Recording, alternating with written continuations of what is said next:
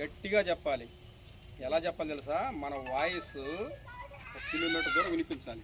వినిపించుద్ది కూడా గట్టిగా చెప్తే. జై జవాన్ జై కిసాన్, జై జవాన్ జై కిసాన్, జై జవాన్ జై కిసాన్, జై జవాన్ జై కిసాన్, జై జవాన్ జై కిసాన్, జై జవాన్ జై కిసాన్. నా వాయిసే బాగా మీలో ఉత్సాహాన్ని చూడాలనుకున్నాడు సార్. బాగా గుర్తు పెట్టుకోండి. మీరు ఈరోజు ఈ దీనస్థితిలో ఉండాలంటే ముందు బాధపడాల్సింది మీరే. ఎవరో మీరే బాధపడాలి. దీనికి కారకులు కూడా మీరే. కర్రలపాలెం అంటే కర్రలేసుకొని జీవించాలా? ఈ ఊరి పేరు ఏం పేరు? మరి కర్రలేసుకొని జీవించాలా? స్లాప్ వేసుకోకూడదా? చెప్పండి.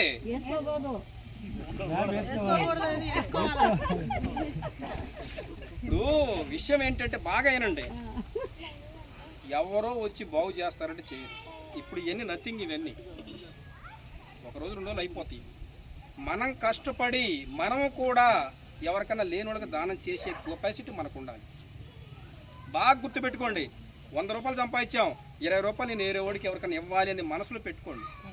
ముఖ్యంగా పిల్లల్ని ఎడ్యుకేషన్ చేయించండి. పిల్లలు చదువుకోకపోతే మార్పే రాదు. కళ్యాణ మండపాలకు బాగా వెళ్తారా? కళ్యాణ మండపాలకి? వాస్తవం చెప్పండి. కళ్యాణ మండపానికి పనులు చేయడానికి పనులకి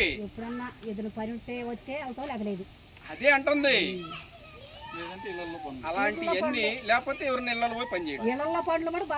ఇళ్ళల్లో పాచి పనులు అయితే బాగా చేస్తాం. మీ పిల్లల్లో కూడా ఏ చెప్పేయండి.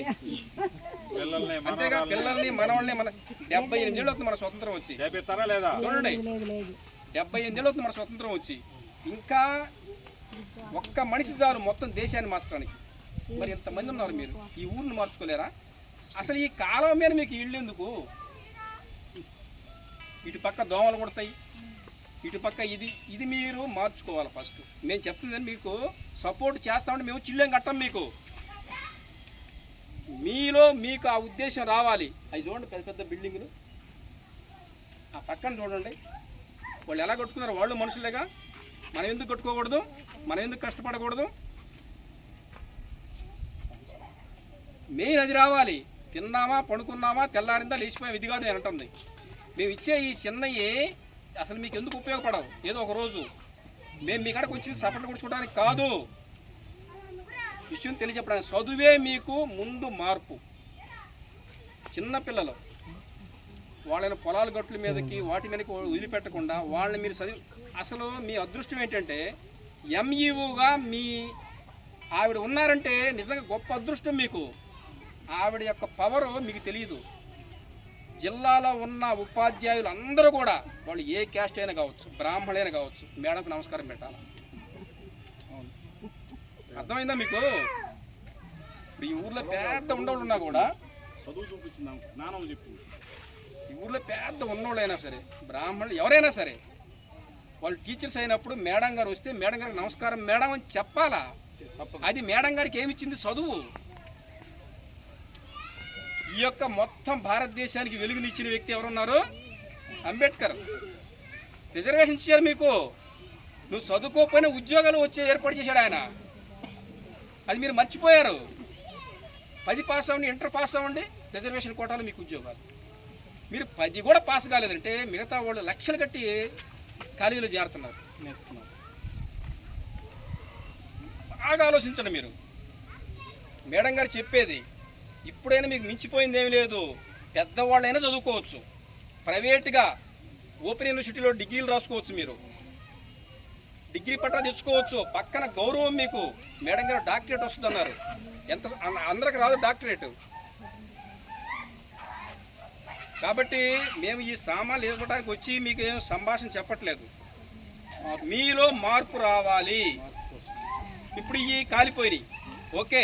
మొన్న వచ్చారు బియ్యం ఇచ్చారు, నిన్న వచ్చారు వడ్లు ఇచ్చారు, తర్వాత వచ్చారు కందిపప్పు ఇచ్చారు, మేము వచ్చాము దుప్పలే అంటే ఎట్లా ఇచ్చుకుంటా పోయి తీసుకుంటారే ఉంటారా మీరు? చెప్పండి అమ్మా.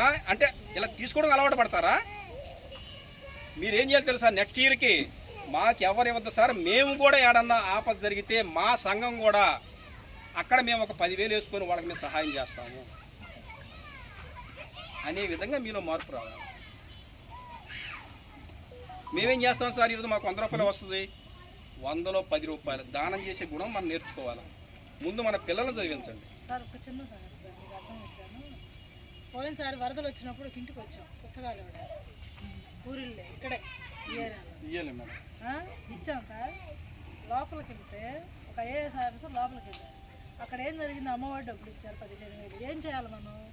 దాన్ని చదువుకోవడానికి పిల్లల భవిష్యత్తులో వాడుకోవాలి. అమ్మ టీవీ కొనుక్కున్నారు, టీవీ ప్రతి ఛానల్ ఆయనకి వివరంగా ఆడానికి ఛానల్ ఇస్తే ఆమె ఏం పెట్టుకుంటూ చూపించింది, పిల్లాడు ఏం పెట్టుకుంటాడు చూపించారు. అది అవసరమా మనకి? ఇప్పుడు కూడా ఇస్తున్నారు కదా మేడం. ఇస్తున్నారు సార్, ఆ డబ్బులు చదువుకోవాలి. ఇప్పుడు అమ్మ ఒడి అంటే పిల్లోడి చదివించడం కోసం గవర్నమెంట్ ఇచ్చిన డబ్బులు, అవి మీరు తాకూడదు. అసలు అవి మీకు సంబంధం లేదు. అవి మీరు తాకకుండా వాటిని చదువు కోసం ఇంకా 10 రూపాయలు వేసి పిల్లోడిని మంచిగా చదివించండి. మంచి బట్టలు కుట్టించి సూట్లు కుట్టించేయాలి. డబ్బులు దాచిపెట్టుకొని పిల్లలకి చదువులకు ఉపయోగించుకోండి. కాబట్టి నా పరిచయం చేస్తున్నాను మీకు. నా పేరు ఎస్ మోహన్ రావు, భారతీయ జవాన్ కిసాన్ పార్టీ నేషనల్ కోఆర్డినేటర్. 29 రాష్ట్రాలకు నేను చేస్తూ ఉంటాను. అలాగే సనాతన హిందూ ధర్మ సాధన పరిషత్ ట్రస్ట్ జనరల్ సెక్రటరీ.